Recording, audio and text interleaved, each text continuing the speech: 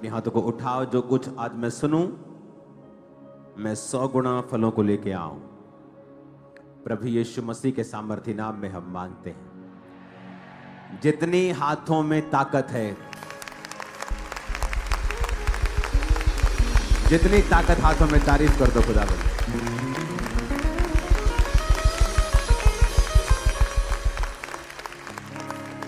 एक ऐसी पुस्तक के बारे में आज हम पढ़ेंगे, बाइबल का एक ऐसा अध्याय आज हम पढ़ेंगे जिसकी शुरुआत तो हुई है लेकिन अंत नहीं हुआ है। अपने पड़ोसी को बोलो, ऐसी पुस्तक आज हम पढ़ेंगे जिसकी शुरुआत तो हुई है लेकिन अंत नहीं हुआ है। मैं आपको देख रहा हूं कैमरा पे, आप पड़ोसी को बोल रहे हो कि नहीं बोल रहे हो? अपने पड़ोसी को बोलो, आज हम ऐसी पुस्तक पढ़ेंगे जिसकी शुरुआत तो हुई है लेकिन अंत नहीं हुआ है। आमीन।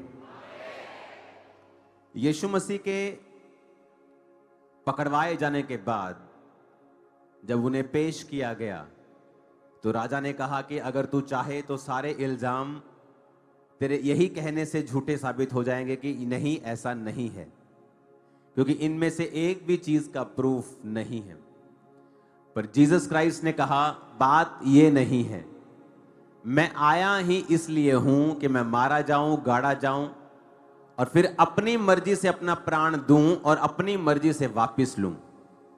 और हमने फिर देखा, और ये बात सिर्फ बाइबल नहीं कहती, ये बात मिडिल ईस्ट की हिस्ट्री बुक्स में भी लिखा है, जो अन्य जातियों ने लिखी हैं, जो यहूदी नहीं थे, जो क्रिश्चियन नहीं थे, यहोवा पर विश्वास नहीं करते थे, उन पुस्तकों में भी प्रभु यीशु मसीह का जिक्र है। और वचन कहता है कि जब वो तीसरे दिन मुर्दों में से जी उठा, फिर वो अपने चेलों को दिखाई देता रहा। जब वो अपने चेलों को दिखाई देता रहा और फिर पहाड़ पर 40 दिन प्रचार करने के बाद उसने अपने चेलों को इकट्ठा किया और उन्हें बहुत इंपॉर्टेंट बातों को बताया। परमेश्वर ने कहा कि मैंने तुम्हें आज्ञा दी है कि यरूशलेम को ना छोड़ो, वरन पिता की प्रतिज्ञा के पूरी होने की बाट जो हो, जिसकी चर्चा तुम मुझसे सुन चुके हो। आज हम प्रेरितों के पुस्तकों की बहुत सारे अध्याय पढ़ेंगे, तो स्क्रीन पर कृपया जल्दी जल्दी दिखा दिया जाए। और आपको मालूम नहीं मैं कौन सी वर्स बोलूंगा, लेकिन आपकी जिम्मेवारी है उसे जल्दी दिखाना। प्रेरितों के काम 1 उसकी 4:3 से हम पढ़ेंगे। उसके दुख उठाने के बाद बहुत से पक्के प्रमाणों से वो अपने आप को उन्हें जीवित दिखाता रहा। कौन जीवित दिखाता रहा? प्रभु यीशु मसीह। उन्हें 40 दिन तक वो दिखाई देता रहा और परमेश्वर के राज्य की बातें करता रहा। और उनसे कहा, यरूशलेम को ना छोड़ना। फिर 5 आयत में लिखा, यूहन्ना ने तुम्हें पानी से बपतिस्मा दिया है, परंतु थोड़े दिनों के बाद तुम पवित्र आत्मा से बपतिस्मा पाओगे। फिर 8 आयत में लिखा, जब पवित्र आत्मा तुम पर आएगा तो तुम सामर्थ को पाओगे और यरूशलेम और यहूदिया और सामरिया और पृथ्वी की छोर तक तुम मेरे गवाह होंगे। यह कहकर प्रभु यीशु मसीह उनके देखते देखते ऊपर उठा लिए गए और बादलों ने उनको उनकी आंखों से छुपा लिया।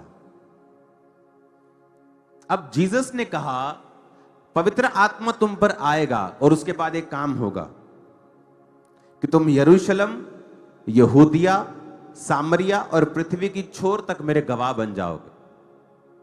यह था मास्टर प्लान जीसस क्राइस्ट का।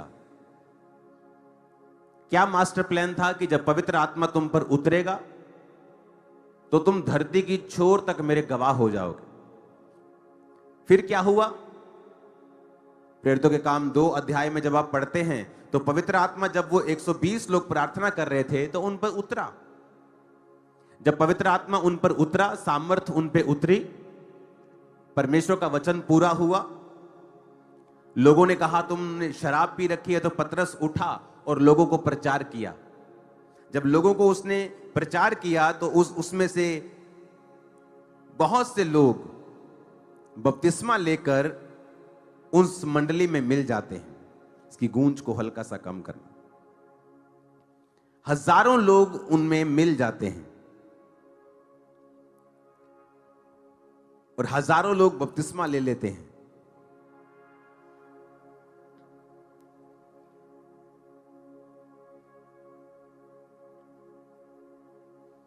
अपने पड़ोसी को बोलो ध्यान से सुनना। अब जब हजारों लोग बपतिस्मा ले लिया तो लोगों की और जो रिलीजियस लीडर्स थे उनकी निगाह में आ गई ये चीज कि हमने ये सोचा था कि हम यीशु मसीह को मरवा देंगे और ये जो लोगों को अपने पीछे इसने लगाया हुआ है वो खत्म हो जाएगा। अब यीशु मसीह के जी उठने के बाद, उनके स्वर्ग में जाने के बाद,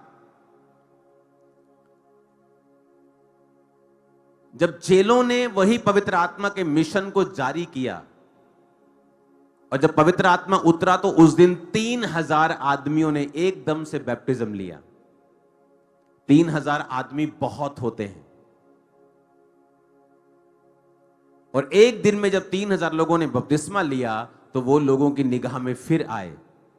जब आप 3 बाब को पढ़ते हैं तो उसमें पतरस ने एक लंगड़े भिखारी को चंगा किया। जब लंगड़ा भिखारी चंगा हुआ तो वचन कहता है कि उन्होंने फिर पतरस को और चेलों को पकड़कर धमकाया कि आज के बाद यीशु मसीह के नाम से कोई भी बातें तुम मत करना।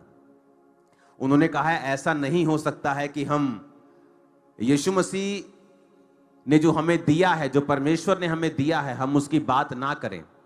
तो वचन कहता है कि उन्होंने प्रेरितों को धमकवाकर और पिटवाकर छोड़ दिया।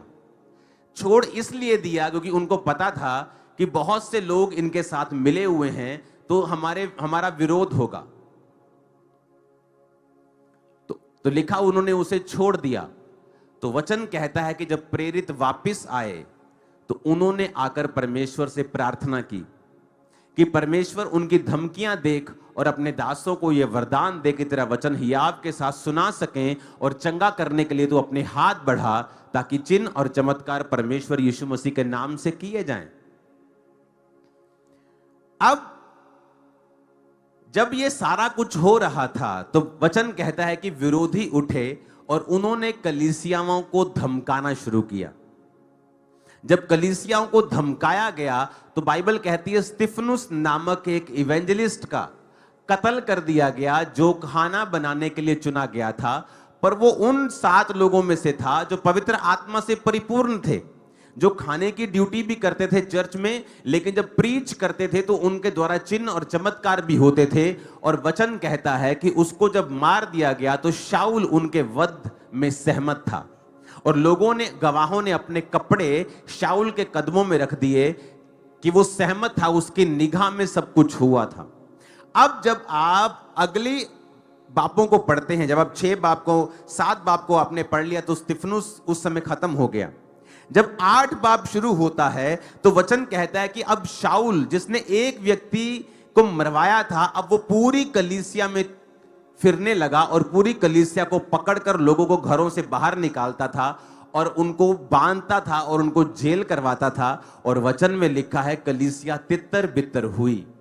प्रेरितों को छोड़कर बाकी सब कलीसियाएं तितर बितर हुई। विश्वासियों के ऊपर उसने अटैक किया।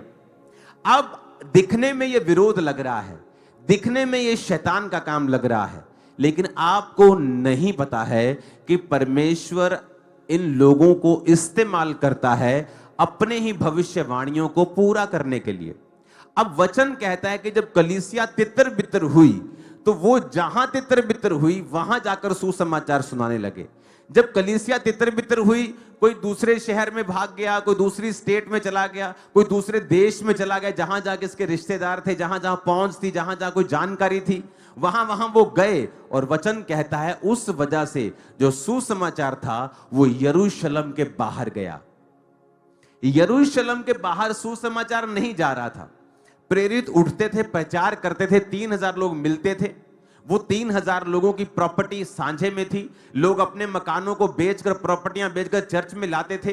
चर्च से वो पैसा खाने में, चर्च के सिस्टम में, काम में इस्तेमाल होता था और कोई भी अपनी चीज को साझा, सब साझे में रखते थे।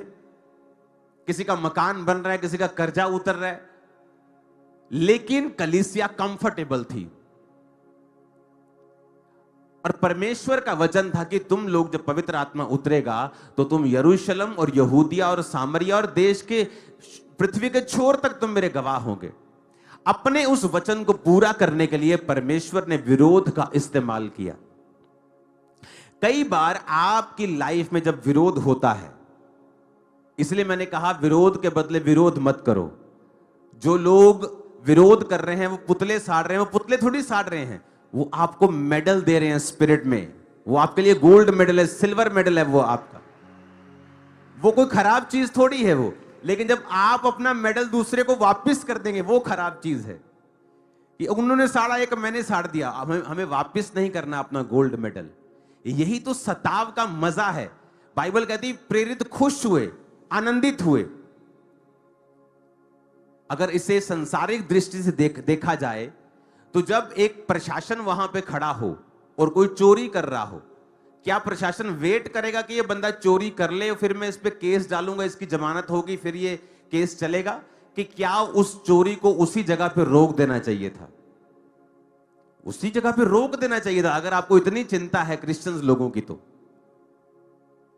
लेकिन क्रिश्चियंस इस चीज का गुस्सा क्यों नहीं कर रहे हैं, या पास्टर्स गुस्सा क्यों नहीं कर रहे हैं? क्योंकि उनके लिए वो गोल्ड मेडल है, उनके लिए वो निशानी है कि गॉड इज विद अस, वो हमें ब्लेस कर रहा है। तो हमें यह समझना पड़ेगा। परमेश्वर ने मुझसे कहा कि वो तेरे लिए गोल्ड मेडल है,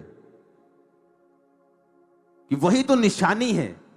कि बाइबल कहती है उन्होंने प्रेरितों को बुलवाकर धमकाया और उन्होंने कहा यह काम तो हमसे नहीं हो सकता कि जो कुछ हमने परमेश्वर से सुना है और देखा है वो हम ना बोले। और वचन कहता है फिर कलीसियाएं तितर बितर जब हुई तो वहां वहां प्रचार हुआ, 7 की स्टेट में हुआ, 7 के देश में हुआ। धीरे धीरे धीरे वो प्रचार बढ़ता गया। फिर पौलुस जो विरोधी था, इमेजिन करो अगर उसको मार दिया होता तो आज ये पत्रियां भी हम पढ़ नहीं रहे होते। और वचन कहता है कि कलीसिया ने उसको परमेश्वर के हाथों में सौंपा। एज ए ह्यूमन बीइंग आपको गुस्सा आता है, मैं भी एक इंसान हूं, हमें भी कई बार गुस्सा आता है। लेकिन बाद में जब अब आप वचन पे कंसंट्रेट करते हैं, आप ध्यान लगाते हैं कि स्पिरिचुअल रीजन क्या है, आत्मिक रीजन क्या है, तो आपको मालूम होता है। 2022 में पंजाब में हर बंदा यीशु मसीह के बारे में नहीं जानता था। कोई नहीं, हर बंदा नहीं जानता था। क्रिश्चियनिटी थी, लोग परमेश्वर में आ रहे थे, वचन को कबूल कर रहे थे। लेकिन 2022 में एक धुआंधार यीशु मसीह के खिलाफ प्रचार हुआ। ऐसे नेगेटिविटी फैला दी गई क्रिश्चियंस के बारे में, क्राइस्ट के बारे में, प्रीस्ट के बारे में, पास्टर्स के बारे में, कैथोलिक प्रीस्ट के बारे में, पेंटिकोस्टल प्रीस्ट, सब के बारे में उन्होंने ये किया है, ये किया है, ये किया है। लेकिन क्या हुआ? जिसने यीशु मसीह के बारे में नहीं सुना था उसने सुना। जब उसने सर्च किया, जब आप देखते हैं अपने आसपास के लोगों में, आपके रिश्तेदारों में गवाहियां सुनते हैं कि नहीं, जो आपने सुना है वो ठीक नहीं है, आप हमारे साथ चर्च चलें, आप देखें, आप खुद जाएं, आपको मालूम होगा कितना पैसा वहां मिलता है कि नहीं मिलता। क्यों लोग वहां आते हैं? क्योंकि जिसको यीशु मसीह मिल गया, उसकी लॉटरी लगी, उसे किसी पैसे की जरूरत नहीं है। क्या मुझे है 10 लाख की जरूरत? क्या आपको है जरूरत? अरे क्या पैसा, ये क्या है पैसे की औकात यीशु मसीह के सामने? जिस व्यक्ति के बेबी नहीं था 40 साल से, उसके सामने पैसा रखेंगे, पैसे को लेगा कि बेबी को लेगा? जो कैंसर से मर रहा है वो पैसे को लेगा कि हीलिंग को लेगा? जिसके मन में शांति नहीं है, पैसा भी है, सेहत भी है, वो पैसे को लेगा कि यीशु मसीह की शांति को लेगा?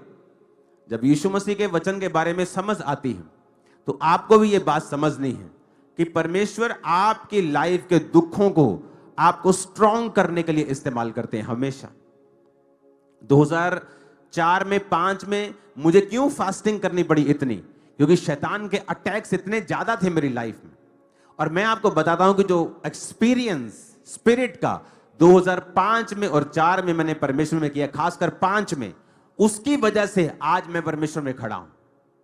मैं इसलिए नहीं खड़ा हूं कि मिरेकल हुए, इसलिए नहीं खड़ा हूं कि मेरी लाइफ में मिरेकल हुए। आप नहीं इस बात को समझ पाएंगे शायद आज और मैं खुल के समझा भी नहीं पाऊंगा, लेकिन वो एक्सपीरियंस जो 2005 के मेरे थे, उसी वजह से आज मैं मसीह में खड़ा हूं। उन्होंने साबित किया कि यीशु मसीह जीवित परमेश्वर है।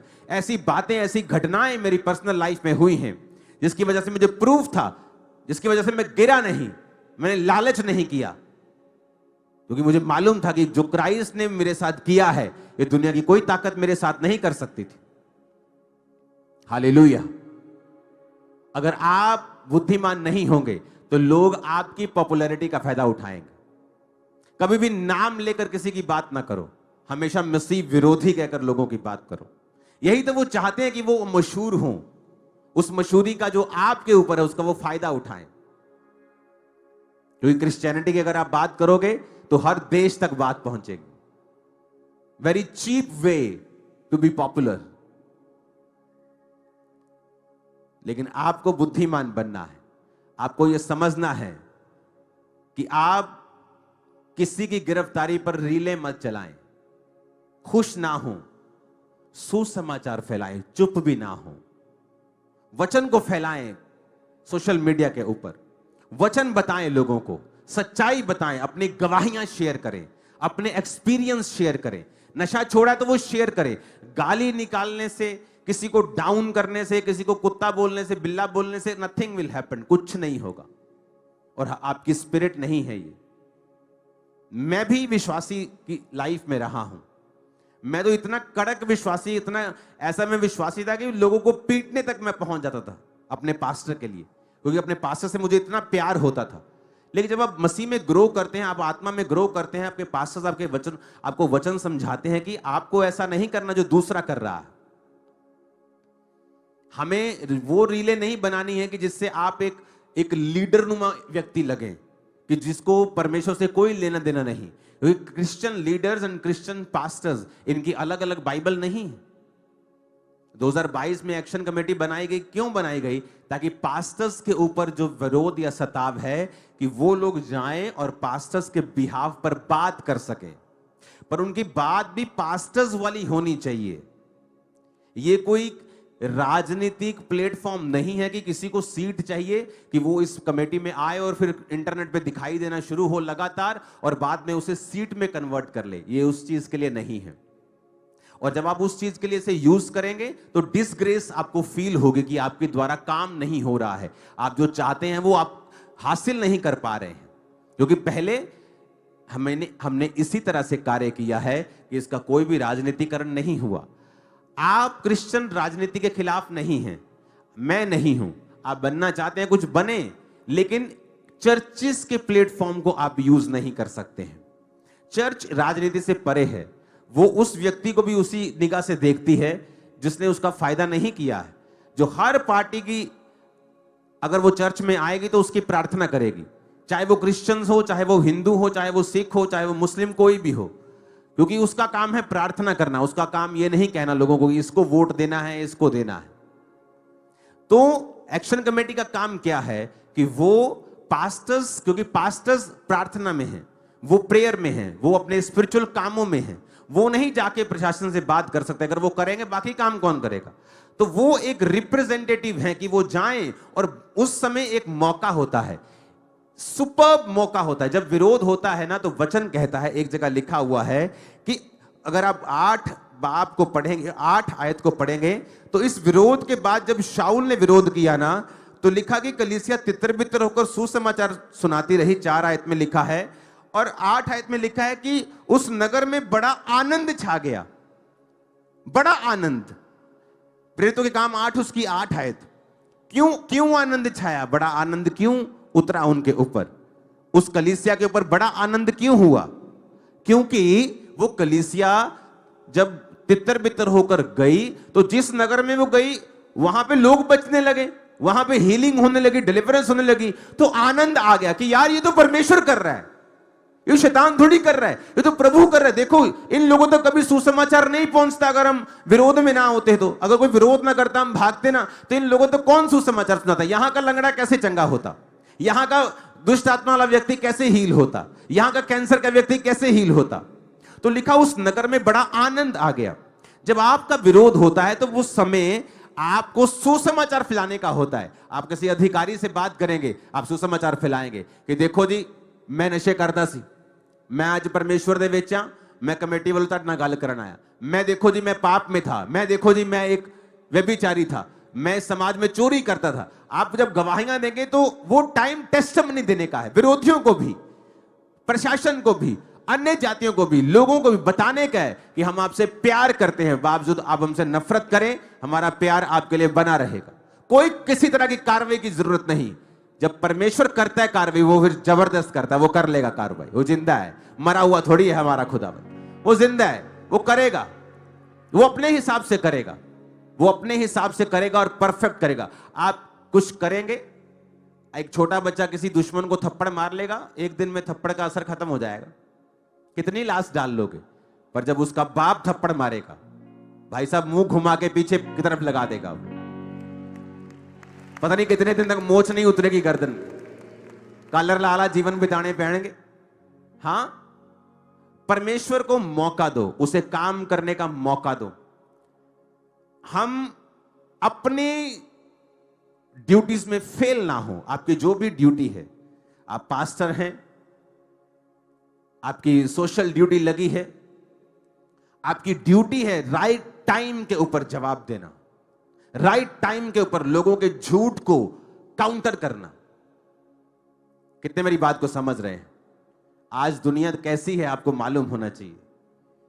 कोई बंदा किसी के कोई पाप कर बैठा और उसके अपने लोगों ने कहा ये हमारे धर्म का नहीं है, ये तो उस धर्म का है, ये हमारे धर्म का नहीं है। मैं सोच रहा था काश उस बंदे से बात करने का मौका मिले, क्योंकि वो है नहीं हमारी चर्च का, तो मैं उसको बताऊं कि देख, एक पापी की इस जगत में कोई हैसियत नहीं, और यीशु मसीह तेरे पाप माफ करने के लिए क्रूस पे चढ़ा है।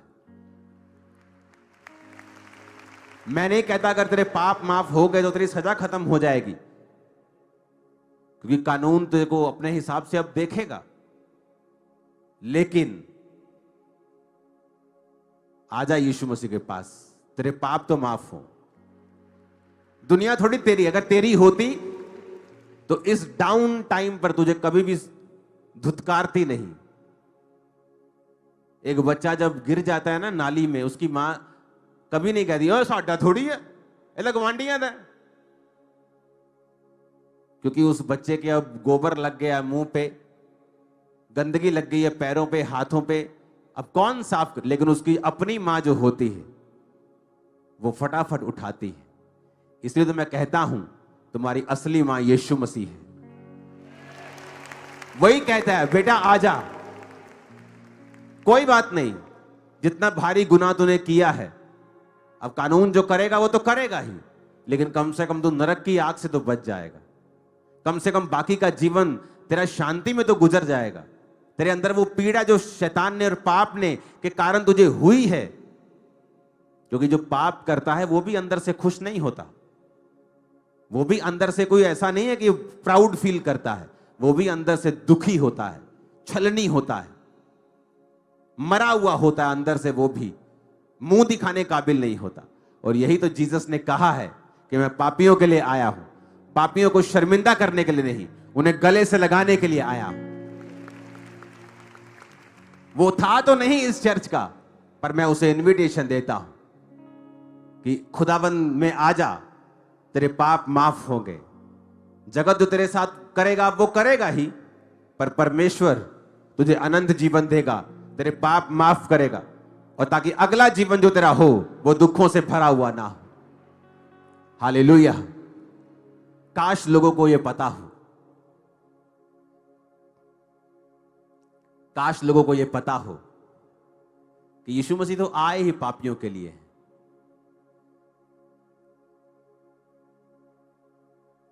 आप उसके अपने हैं, तभी तो वो आपको धुतकारता नहीं है, वो आपको रिजेक्ट नहीं करता है। जब आप सुंदर होते हैं, स्मार्ट होते हैं, तो गवांडी भी पपियां लेंदे बच्चियां ना, है ना, ओ मेरा ओ कितना क्यूट है कितना। जब वो गंदा होता है फिर वो कोई पपी नहीं लेता, फिर उसकी मां उसको साफ करती है। इसलिए मैंने कहा कि जीसस क्राइस्ट आपके पड़ोसी नहीं, वो आपकी मां है और वो आपको साफ करेंगे।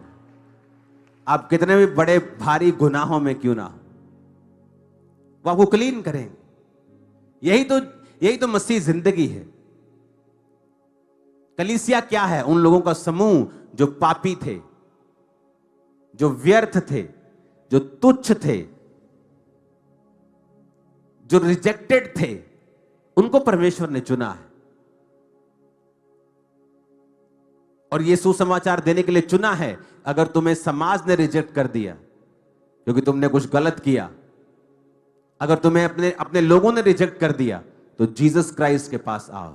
वो तुम्हें रिजेक्ट नहीं करेगा, वो तुम्हें ताना नहीं देगा, तुम्हें मारेगा नहीं, तुम्हें कहेगा अब फिर से पाप मत करना। ऐसा ना हो इससे भी भारी मुसीबत तेरी जिंदगी में आए।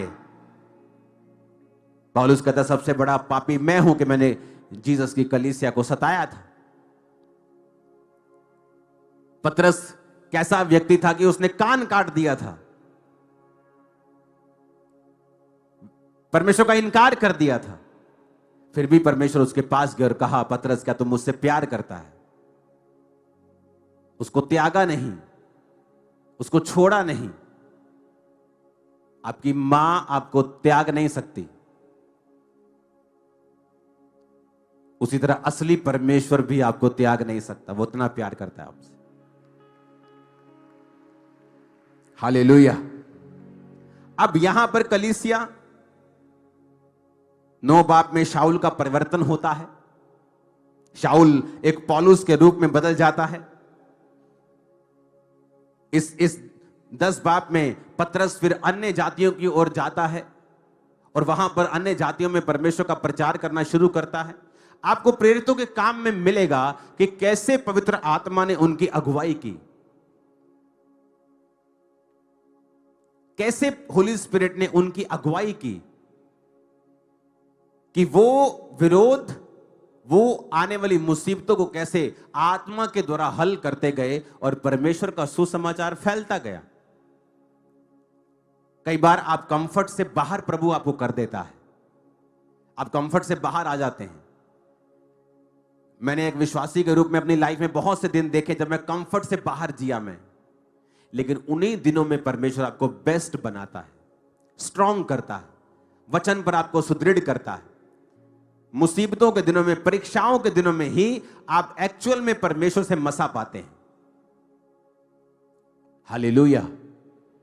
तो इन दिनों को ब्लेस्ड दिन समझो, क्योंकि ये वो दिन है जहां सुसमाचार जो आपके प्रचार से नहीं जहां तक हो रहा है, वहां विरोध से वहां तक भी जाएगा और जा रहा है।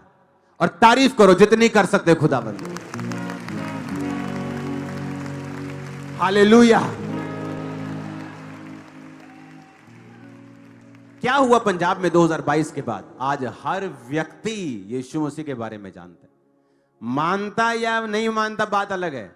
हम कोई कन्वर्ट करने वाले नहीं कि हर बंदे को क्रिश्चियन बनाना है। मैं हर बंदे को क्रिश्चियन बनाने नहीं आया हूं। जीसस ने नहीं कहा हर बंदे को क्रिश्चियन बनाओ, उसने कहा प्रचार करो, लोगों को मन फिराने के लिए कहो। अगर वो नहीं फिराएंगे तुम्हारी आशीष तुम्हारे पास लौट आएगी। तुम्हारा काम थोड़ी है, तुम कोई एजेंट थोड़ी हो तुम। कितने मेरी बात को समझ रहे हैं? हमारा काम है प्रचार करना। यीशु ने कहा जिस घर में तुम जाओगे उनको आशीष देना, अगर उनकी आशीष के काबिल वो नहीं होंगे, आशीष तुम्हारे पास वापस आ जाएगी। आपका काम है यीशु मसीह के बारे में बताना कि लोग पापों से मन फिराएं। और यही हमारी आवाज है, आपकी आवाज है, हम सब की आवाज है। हमारी मतलब पूरी चर्च की आवाज है। आमीन। यही जीसस का प्रचार, यही आपका प्रचार होना चाहिए कि मन फिराओ। जीसस ने कहा, उसने कन्वर्ट होने के लिए, कुछ करने के लिए, दूसरों को निंदा करने के लिए, दूसरे धर्म को नीचा करने के लिए, दूसरे की इंसल्ट करने के लिए उसने कभी नहीं कहा। आप चुप ना रहें, अपनी गवाहियों को शेयर करें सोशल मीडिया के ऊपर, अपने एक्सपीरियंस शेयर करें, ब्लेस करें उन विरोधियों को, उनको बताएं कि आप कौन हैं और आपके साथ क्या हुआ। इमेजिन करो कितना सुसमाचार फैलेगा। अगर वो गाली दे रहे हैं, आप नीचे गाली दे रहे हैं, वो रील बना रहे हैं, आप भी एक गंदी सी रील बना रहे हैं, और आप मेरी फोटो लगा के आप गाने गुने डाल के रीलें बना रहे हैं, विरोधियों को ऐसा कर दिया, ये चीज सही, मुझे इरिटेशन होती है ऐसी रीलें देख के। मेरा बेचैन, मैं इसलिए मैं देखता ही नहीं हूं फोन, बेचैन होता है मन जब आप देखते हैं कि विश्वासियों को पता नहीं है क्या करना। अब उनकी मिस्टेक नहीं है, वो उनका हार्ट अच्छा है। अगर मैं उनकी जगह होता 2005, तो मैं आपको बता सकता हूं मेरे पास्टर के लिए मैं क्या क्या करता रहा हूं। मतलब लोगों को गले पकड़ लेता था, मैं ऐसा एग्रेसिव था अपने पास्टर्स के लिए। लेकिन धीरे धीरे आप समझते हैं कि मुझे एक हायर काम के लिए परमेश्वर ने चुना है। अपने पास्टर से प्यार करो, अपने लोगों के लिए खड़े रहो, चर्च के लिए खड़े रहो, और खुदावंद इस चीज के लिए आपको बरकत देगा और आपको बढ़ाएगा भी। ये बात मेरी याद रखना। आप अपने लोगों के लिए खड़े होंगे जब आपको पता है कि आपकी चर्च वचन पे चलने वाली चर्च, आपकी चर्च तौबा का प्रचार करने वाली चर्च, आपकी चर्च हीलिंग बेचने वाली चर्च नहीं। मैंने लोगों को बताया, पिछले सालों में प्रचार किया कि अगर आपके पास हीलिंग का वरदान है, प्रोफेसी का वरदान है, आपके पास डिलीवरेंस का वरदान है, तो कृपया अपने कैरेक्टर को मजबूत कर ले, क्योंकि आने वाले दिनों में जो प्रभु मुझे दिखा रहा है, आप नजर नहीं आएंगे, आप गायब हो जाएंगे। लोगों ने बातें बनाई, बहुत कुछ कहा, लेकिन बाद में उन्हें समझ आने लगा कि मैं जो बोल रहा हूं ये मैं अपनी स्पिरिट से नहीं बोल रहा हूं, परमेश्वर की स्पिरिट से बोल रहा हूं। क्योंकि वैसा वैसा होता गया। आज कुछ लोग सोचते हैं कि हम आज जो लोग वो बोल रहे हैं, जो क्रिश्चियंस लोग कुछ नेगेटिव बोल रहे हैं, वही बातें उठाकर दूसरे लोग बोल रहे हैं, और उन्हें लगता है कि वो बच जाएंगे, क्योंकि उनकी लाइफ में भी ऐसी गड़बड़ियां होंगी जिनको वो हैंडल नहीं कर पाएंगे फ्यूचर में। मैं आपको बता रहा हूं, क्रिश्चियन लोगों की, पास्टर्स की लाइफ में, क्योंकि जो वो बोल रहे हैं वो एक दिन जबरदस्त तरह से काटने वाले हैं। इसीलिए मैं किसी के खिलाफ, किसी मिनिस्ट्री के खिलाफ कभी भी योजनाएं नहीं बनाता हूं, क्योंकि मुझे पता है जो मैं दूसरे के खिलाफ कर रहा हूं एक दिन मुझे काटना पड़ेगा। इसलिए आपने हमेशा देखा होगा कि लाख आए लाख गए, हम खड़े के खड़े हैं, और ऐसे ही होगा इन जीसस ने। कभी कोई हिला नहीं सकता आपको, आपके अपने पाप के अलावा, आपकी अपनी मिस्टेक के अलावा आपको कोई हिला नहीं सकता। आप जीसस का काम करेंगे, लोग बोलेंगे, उन्हें साबित करने दें। कोई आपको बोलता है आप धर्म बरतें, साबित करने दो। कोई बोलता है आपने 25 लाख दिया, साबित करने दो। वो थक जाएंगे और साबित नहीं कर पाएंगे, क्योंकि सच्चाई को किसी डिफेंडर की जरूरत नहीं। सच्चाई अपने आप में बहुत है, अकेली काफी। और वचन कहता है झूठ पल भर का होगा और सच्चाई सदा बनी रहेगी। सच्चाई हमेशा बनी रहेगी।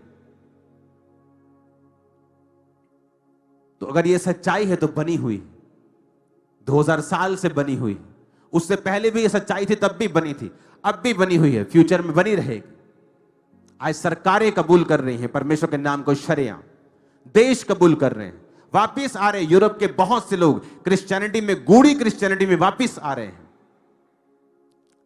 और मैं आपको बता रहा हूं, ये प्रोफेटिक वर्ड मैं रिलीज करूंगा 2026 के लिए। आप लोग क्रिश्चियन, पंजाबी क्रिश्चियन, यूरोप में बेदारी का कारण होंगे आने वाले सालों में। मैं आपको बता रहा हूं, क्योंकि क्रिश्चियन कमेटी को भी, ग्लोबल कमेटी को भी मैं एक्सपैंड करने वाला हूं।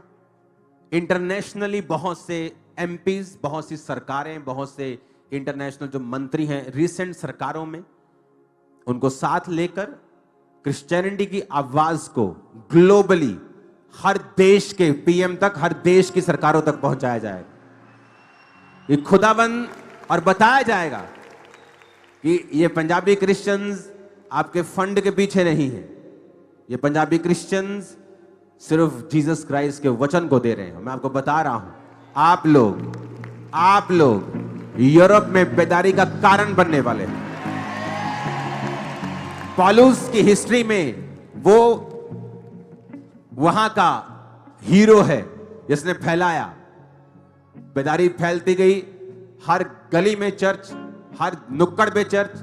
फिर लोग नाम के क्रिश्चियन रह गए, आत्मा में थोड़े ठंडे हो गए। अब दोबारा से आपने आत्मा में गर्म करने वाले हो जाओगे। ओ आमीन ऊंचे वाला चाहिए चर्च। तो अगर आप पंजाबी देखो, वो हर जगह मौजूद है। बॉलीवुड में हर बड़ा आदमी पंजाबी है, हर बड़ा प्रोड्यूसर पंजाबी है, फौज में पंजाबी है, इनकम टैक्स देने में पंजाबी है, बिजनेसमैन पंजाबी है, चैरिटी में पंजाबी है, बेदारी में भी खुदावंद ने पंजाबियों को चुना है।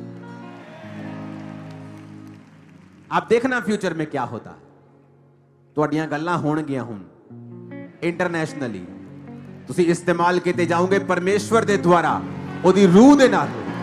ਆਮੀਨ। ਉੱਚਾ ਚਾਹੀਦਾ ਚਰਚ। ਹਾਲੇਲੂਇਆ। ਔਰ ਸ਼ੈਤਾਨ ਜਿਹੜਾ ਉਹ ਜਾਣਦਾ ਇਸ ਗੱਲ ਨੂੰ, ਇਸੇ ਲਈ ਉਹ ਪੰਜਾਬੀਆਂ ਨੂੰ ਫੜਨ ਦੀ ਕੋਸ਼ਿਸ਼ ਕਰ ਰਿਹਾ।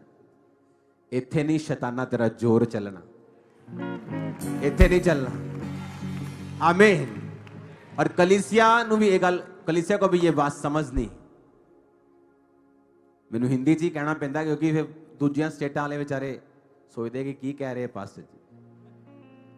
आप समझ रहे मेरी बात? आपको भी ये बात समझनी है कि आपको एक बड़े मकसद के लिए परमेश्वर ने चुना है।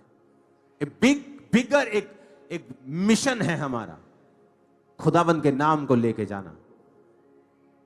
कि जीसस कन्वर्जन करने नहीं आए, हम आपके धर्म को नीचा करने नहीं आए। हमारा मकसद स्पिरिचुअल है।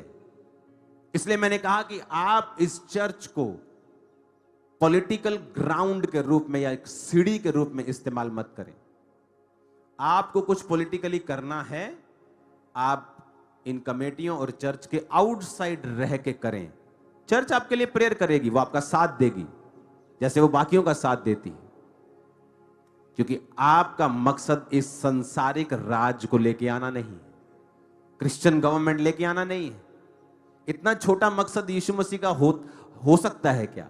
क्या आप उसको छोटा करना चाहते हैं परमेश्वर को? आप करें जो करना चाहते हैं, प्रभु आपके संग होंगे।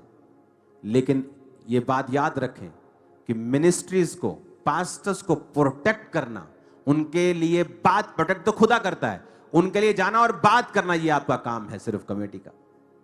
कि आप जाएं प्रशासन में बात करें, वहां पे गवाही दें। आप जाएं दूसरों से बात करें, वहां पे गवाही दें। हर जगह गवाही दें। सुसमाचार को फैलाने का मौका है अभी आपके पास। जितना फैला सकते हो फैला दो खुदावंद के